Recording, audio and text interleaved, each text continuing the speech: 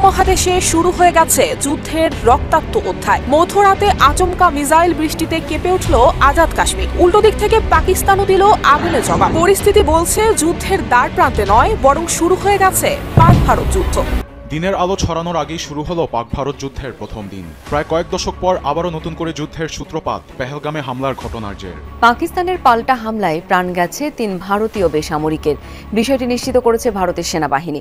প্রতিশোধের নেশায় উন্মাদ হয়ে আছে পাকিস্তানের জনগণ, পাকিস্তানের সেনাবাহিনী, আর খুশিতে উচ্ছ্বসিত অনেকটা ভারতের জনগণ। এর মাঝখানে দুঃসংবাদ হচ্ছে ভারতের 5টি যুদ্ধ বিমান ধ্বংস করে দেওয়ার দাবি করেছে পাকিস্তান। অপরদিকে ভারতও বলছে তারাও নাকি পাকিস্তানের কয়েকটা ধ্বংস করছে। তো অলরেডি ভারত আপনার কাশ্মীরের আজাদ কাশ্মীরের রাজধানী মুজাফফরবাদ সহ বেশ কয়েকটা জায়গায় ক্ষেপণাস্ত্র হামলা চালিয়েছেন। আর আমি যখন নিউজ করছি তখন পর্যন্ত লাস্ট আপডেট হচ্ছে নিহতের সংখ্যা 10-এর কাছাকাছি, আহতের সংখ্যা আরো বাড়ছে। দর্শক, এরই মাঝখানে ভারতীয় সেনাবাহিনীর যে ব্রিগেড সদর দপ্তর আছে, সেই ব্রিগেড সদর দপ্তরে হামলা চালিয়েছে পাকিস্তানের সেনাবাহিনী। সীমান্ত এলাকায় ভারত সাদা পতাকা উড়িয়েছে এমন দাবি পাকিস্তানের।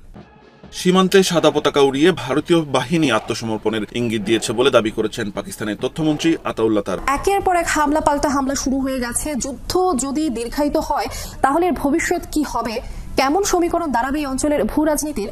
আসসালামু আলাইকুম দর্শক, নতুন একটা নিউজে আপনাকে স্বাগতম। প্রিয় দর্শক, পাল্টাপাল্টি হামলায় কাঁপছে ভারত পাকিস্তান। হামলা পাল্টা হামলার মধ্য দিয়ে বেজে উঠল যুদ্ধের দামামা। এদিকে ভারতের ভয়াবহ হামলার জবাবে ভারতীয় সেনাবাহিনীর ব্রিগেড সদর দপ্তর উড়িয়ে দিল পাকিস্তান। ভয়ে সাদা পতাকা উড়িয়ে আত্মসমর্পণের ইঙ্গিত দিয়েছে ভারতীয় সেনারা। পাকিস্তানে হামলা চালিয়ে মহা বিপদে ভারত। ভয় ও আতঙ্কে দেশ ছেড়ে পালিয়ে যাচ্ছে ভারতীয় সেনারা।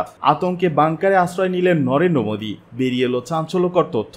অপরদিকে গভীর রাতে পাকিস্তানে হানা দিয়ে যেভাবে বিপাকে পড়ল ভারত। ভারত পাকিস্তান যুদ্ধের সর্বশেষ আপডেট নিয়ে করা আমাদের আজকের ভিডিওটি অত্যন্ত গুরুত্বপূর্ণ। ভিডিওটি শুরু থেকে শেষ পর্যন্ত ধৈর্য সহকারে দেখে একটি লাইক দিয়ে সবাইকে শেয়ার করে দিন। আমাদের চ্যানেলে নতুন হলে চ্যানেলটি সাবস্ক্রাইব করে পাশে থাকা বেল আইকনে ক্লিক করে রাখুন। আমাদের ভিডিওটি আপনি বাংলাদেশের কোন জেলায় বসে দেখছেন বা শুনছেন সেটি অবশ্যই কমেন্ট বক্সে কমেন্ট করে জানিয়ে দিতে ভুলবেন না।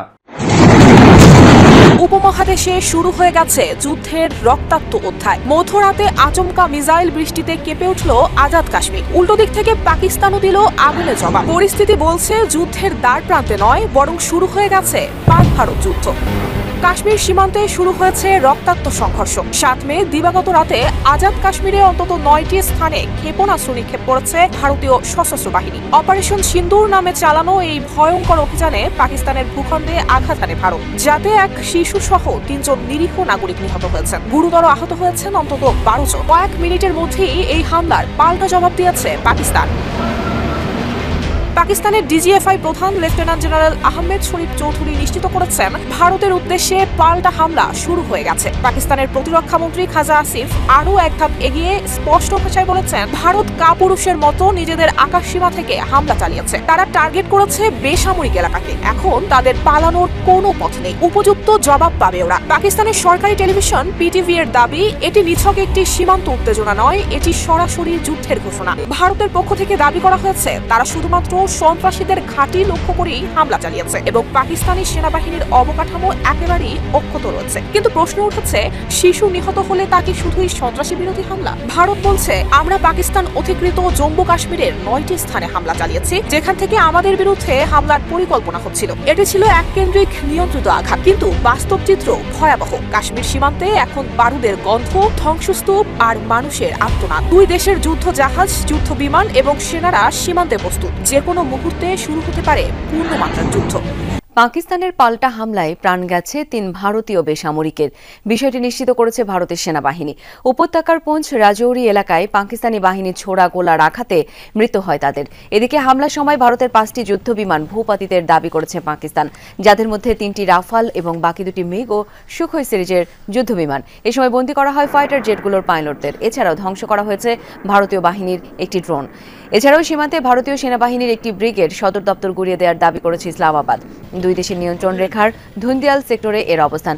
ভারতের হামলাকে কাপুরুষোচিত আখ্যা দিয়ে বিবৃতি দিয়েছে আইএসপিআর। এছাড়া মঙ্গলবার দিবাগত গভীর রাতে ভারত নিয়ন্ত্রিত জম্মুতেও গোলাগুলি করেছে পাক সেনারা।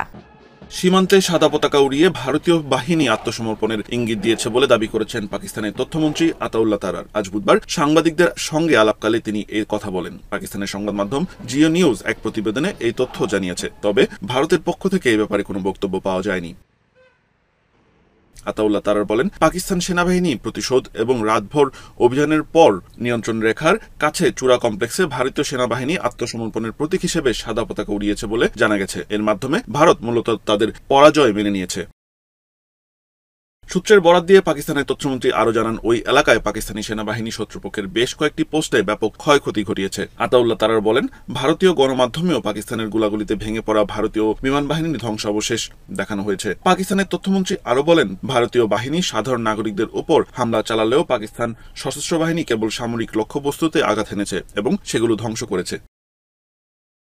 গত 22 এপ্রিল ভারত নিয়ন্ত্রিত কাশ্মীরের পেহেলগামে পর্যটকদের উপর সন্ত্রাসী হামলায় 26 জন নিহত হওয়ার পর ভারত ও পাকিস্তানের মধ্যে উত্তেজনা তুঙ্গে ওঠে। উভয় দেশের সীমান্তরক্ষীরা কাশ্মীর সীমান্তের গোলাগুলি শুরু করে। এরই ধারাবাহিকতায় গতকাল মঙ্গলবার মধ্যরাতে পাকিস্তানের কাশ্মীর ও পাঞ্জাবের 9টি জায়গায় ক্ষেপণাস্ত্র হামলা চালায় ভারত। জবাবে পাকিস্তান ও ভারত নিয়ন্ত্রিত কাশ্মীরে হামলা চালিয়েছে। এছাড়া ভারতের 5টি যুদ্ধবিমান ভূপাতিত করার দাবি করেছে পাকিস্তান। এসব পাল্টাপাল্টি হামলায় পাকিস্তানে 8 জন এবং ভারতে 3 জন নিহত হওয়ার খবর পাওয়া গেছে।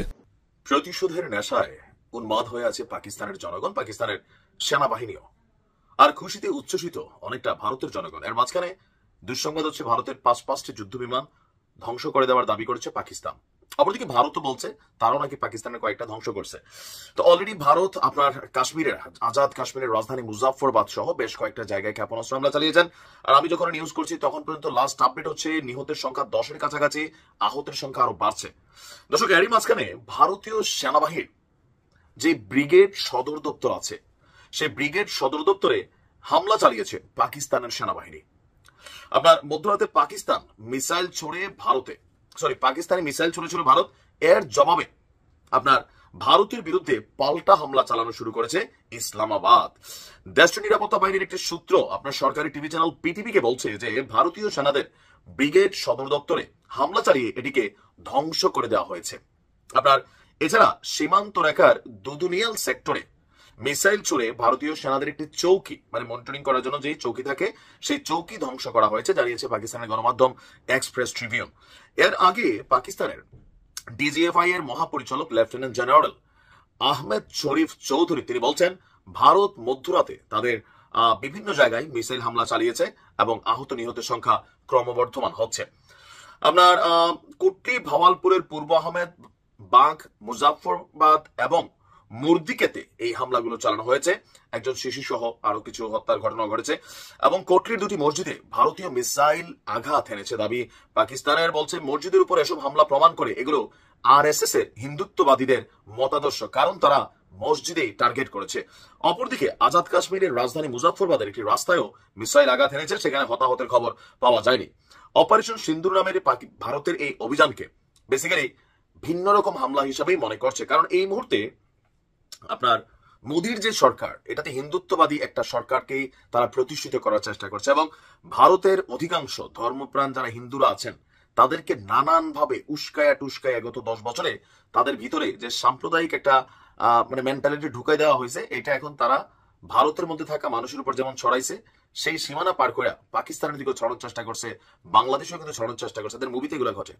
তবে এই যুদ্ধ আসলে কি বয় আনবে? আপাতত কিছু আনবে না, দুই দেশের একটু পুংপুঙ্গি বাড়ছে, তো টাকা পয়সা কিছু খরচ হবে। এমনি ভুকানাঙ্গা জাতি দুই দেশেই, ইকোনমিতে বাংলাদেশ অনেক ভালো আছে আমরা এই মুহূর্তে। আমরা দেখেন পাকিস্তানেরও সেম অর্থনীতি, খুবই বাজে অবস্থা, ভারতেরও বাজে অবস্থা। এখনো জঙ্গলে লোটা টোটা নিয়ে হাঁকতে যায়, মানে বাথরুম গুলাই ঠিক মতো হয় না। কিন্তু যুদ্ধের জন্য যে বিলিয়ন ডলার খরচ হবে, প্রকৃত যদি যুদ্ধ শুরু হয়, এখন যে হামলাগুলো হয়েছে এগুলো হচ্ছে আইকনিক হামলা। আইকনিক মানে আপনার খেয়াল আছে নিশ্চয়ই, ইসরায়েল এবং ইরানের মধ্যে যখন ঘটনা ঘটলো, ইরান প্রথম ধাপে যখন ইসরায়েলের ঠুইকা দিল, তখন ইসরায়েল মান সম্মান রক্ষায় মিনিমাম লেভেলে কিন্তু একটা হামলা করা লাগছে। মিনিমাম কেন? এটা ইজ্জত কা প্রশ্ন হয়ে গেছিল।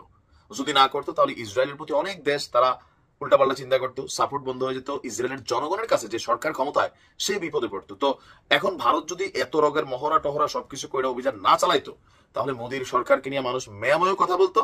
আমার ধারণা প্রথম ধাপে এটা হয়েছে, পাকিস্তান পাল্টা জবাব দিয়েছে।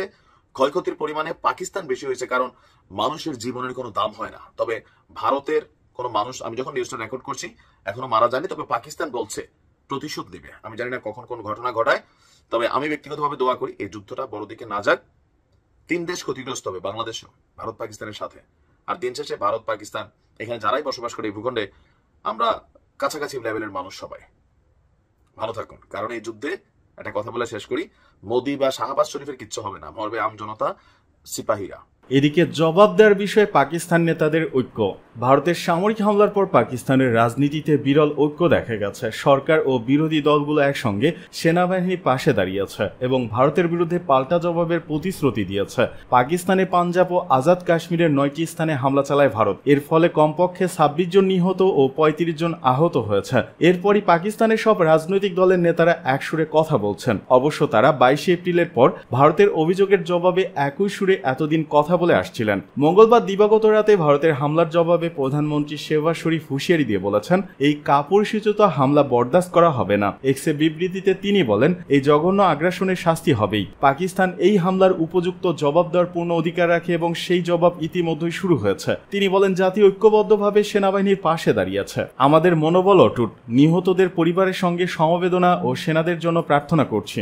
বিরোধী দল পাকিস্তান পিপলস পার্টির চেয়ারম্যান বিলাল ভুট্টো জাদ্দারি বলেছেন, ভারতের হামলা নারী ও শিশুদের উপর বর্বরতা, যুদ্ধের সামিল এবং সামরিক সাহসিকতা নয়, পশুত্ব। তিনি ঘোষণা করেন, প্রত্যেক আগ্রাসন চূর্ণ হবে। পাকিস্তান কোনোভাবেই সার্বভৌমত্ব লঙ্ঘন মেনে নেবে না। পাকিস্তানের সাবেক প্রধানমন্ত্রী ইমরান খানের দল পাকিস্তান তেহরিকি ইনসাফ নেতা ওমর আয়ুব বলেন, ভারতের প্রধানমন্ত্রী নরেন্দ্র মোদী ফ্যাসিস্ট সরকার কেবল শক্তির ভাষাই বোঝে। পাকিস্তান বিমান বাহিনী ভারতীয় যুদ্ধ বিমান ভূপতিত করে প্রমাণ দিয়েছে, আমাদের আকাশ সীমা লঙ্ঘন করলে এর ফল ভোগ করতে হবে। তিনি আরো বলেন, পিটিআই দেশের সবচেয়ে বড় রাজনৈতিক দল হিসেবে দেশের প্রতিরক্ষায় নিয়োজিতদের পাশে আছে। পাকিস্তানের জামায়াতে ইসলামের আমির হাফিজ নাইমুর রহমান বলেন, ভারত আবারও রাতের অন্ধকারে কাপুরুষোচিত হামলা চালিয়েছে।